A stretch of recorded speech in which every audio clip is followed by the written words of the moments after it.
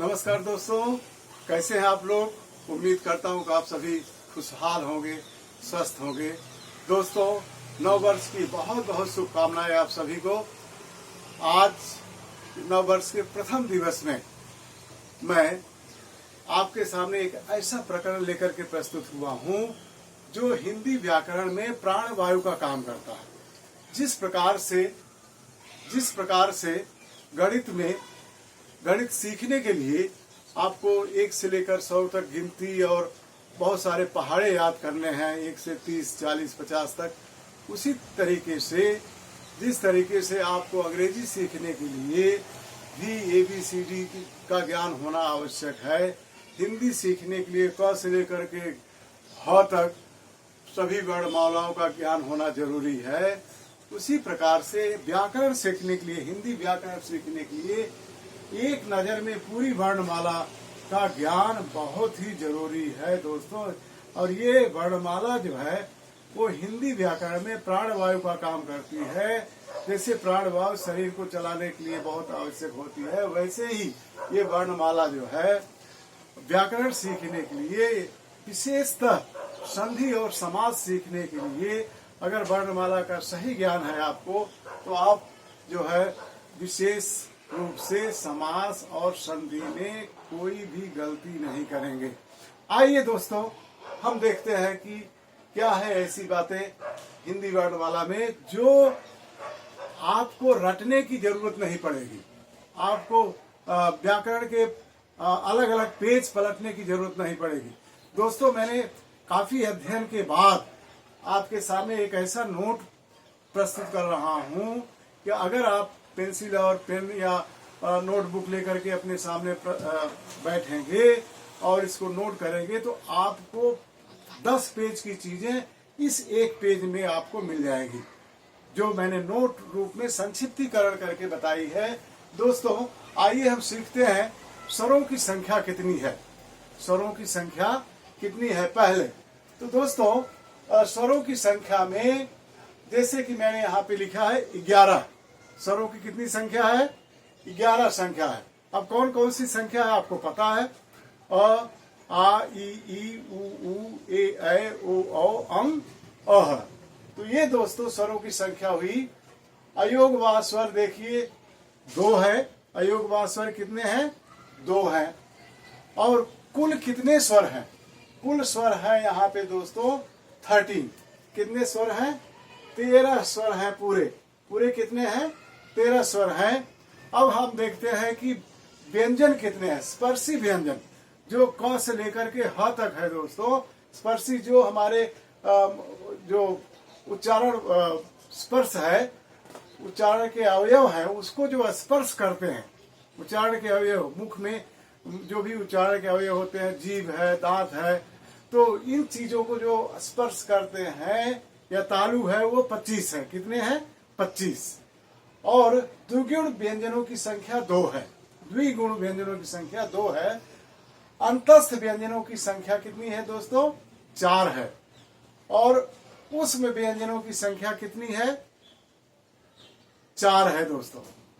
संयुक्त व्यंजनों की संख्या 4 है। इस तरीके से पूरे वर्ण की संख्या कितनी हो जाती है, 52 हो जाती है। देख लो दोस्तों, यहां से आप शुरू करेंगे। 13 और 25 कितना हो गया, 38, 40, 44 और 48 और 4 ये 52। इस तरीके से पूरे आपके वर्णमालाएं जो है वो कुल वर्णों की संख्या 52 हो गई। कितनी हो गई, 52। ध्यान दे करके इसको समझना और अच्छे से लिखना।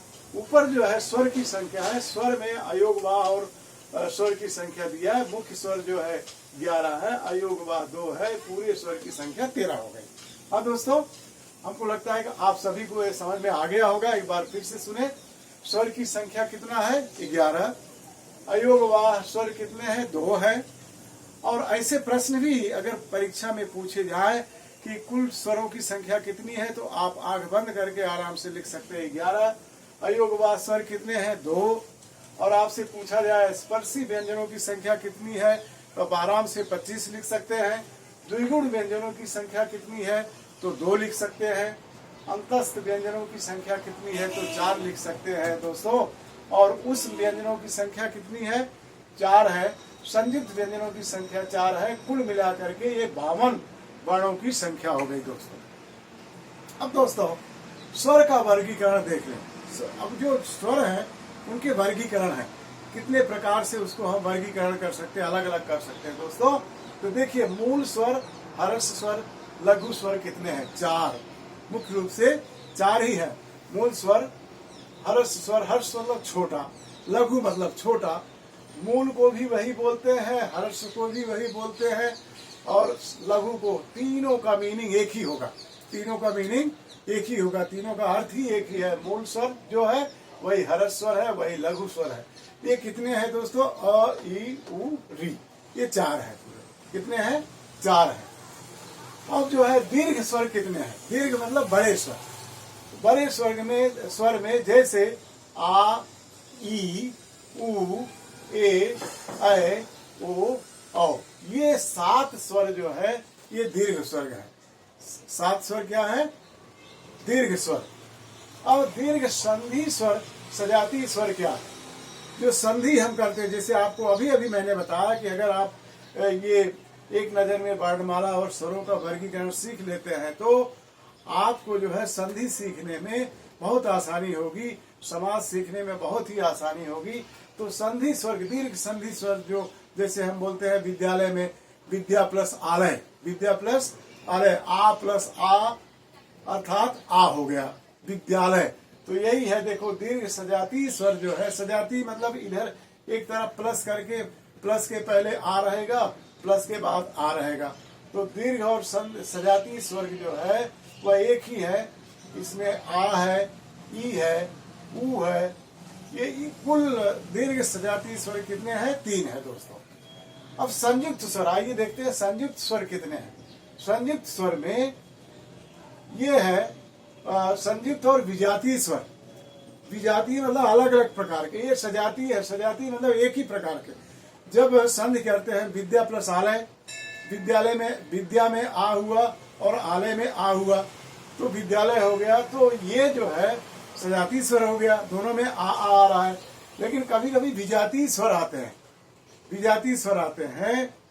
तो ये जो है इसमें विजातीय स्वर में 4 है दोस्तों। इसमें जैसे ए, ऐ, ओ, औ, ये 4 विजातीय स्वर है। अब बताओ, आइए हम देखते हैं कि संयुक्त स्वर बनते कैसे, संयुक्त स्वर का निर्माण कैसे होता है।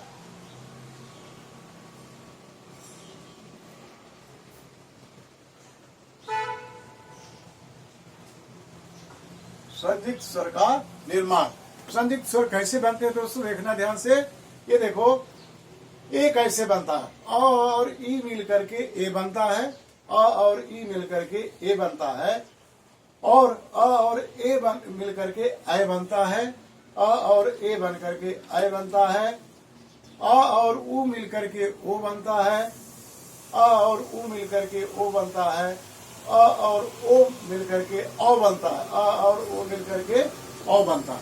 अब दोस्तों ध्यान देना कि स, जो सत्री का स है वो कैसे बनता है।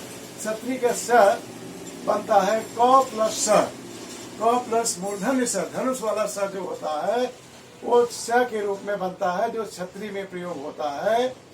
और त प्लस र, ये हलंत है दोस्तों। हलंत का मतलब आपको पता है, हलंत मीन्स होता है आधा, उस वर्ण का आधा, पूरा वर्ण नहीं। तो त प्लस र, त्र हो गया। और ज प्लस ज्ञ, ज प्लस ज्ञ, ज्ञ होता है, ज प्लस ज्ञ, ज्ञ होता है। और स प्लस र, स्र होता है, स प्लस र, स्र होता है। इस तरीके से संयुक्त व्यंजन बन गए। संयुक्त व्यंजनों का निर्माण है क प्लस स, छ, और त प्लस र, त्र, ज प्लस ज्ञ, ज्ञ, और स प्लस र, स्र। इस तरीके से दोस्तों स्वरों का वर्गीकरण हो गया। दोस्तों हमको उम्मीद है कि आपको ये समझ में आ गया होगा। इसके आगे का वर्गीकरण मैं आपको बताता हूँ इसके बाद में। इसमें और भी कुछ चीजें हैं, एक नजर में वर्णमाला कैसे सीखते हैं, वो मैं अभी इसके बाद ही तुरंत बताता हूँ।